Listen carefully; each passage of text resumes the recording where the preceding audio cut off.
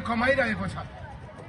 त्यसकारण उसले उपचार गरे बापत उसले धेरै मागेको होइन, 48,737 रुपियाँ मात्रै मागेको हो, त्यो पनि 1 महिनामा। त्यसैले उसले त्यो पैसा पाउनुपर्छ। यो अहिले मैले मात्रै भनेको होइन, चिकित्सा शिक्षा आयोगले पनि भनिसक्यो।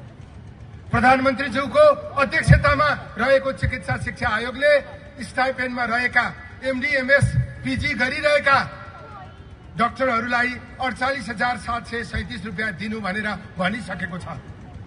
त्यसैले कलेज सञ्चालकज्यूहरू तपाईहरुले सेवामूलक क्षेत्रमा काम गरिरहनु भएको छ।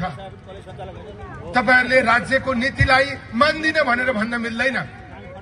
तपाईहरुलाई मर्का परेको छ भने पनि तपाईको मर्कालाई अथवा तपाईलाई भएको क्षतिलाई अर्को पक्षबाट पुर्ताल गरौँला। तर 48,700 दिन्न भनेर तपाईले त्यस्तो कुल व्यवहार नगरिदिनु होला।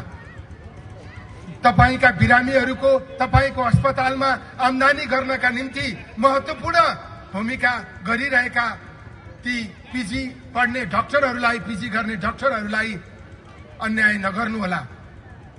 तपाईले जति दबाब दिए पनि 48,700 नदिने व्यवस्था अथवा यो निर्णय सरकारले कुनै पनि हालतमा फिर्ता लिने छैन।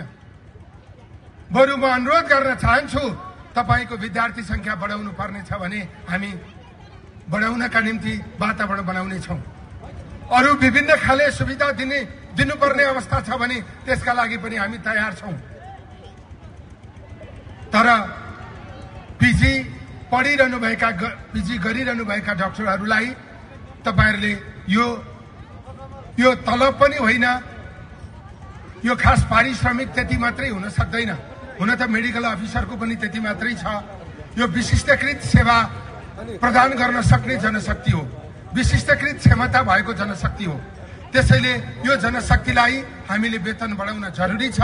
आगामी दिनमा यो सन्दर्भमा पनि हामीले थप काम गर्ने कुरा यहाँहरुका बीचमा अनुरोध गर्दै म अन्तमा आग्रह गर्न चाहन्छु कि हामीले हाम्रा स्वास्थ्य संस्थाहरूलाई व्यवस्थित गर्न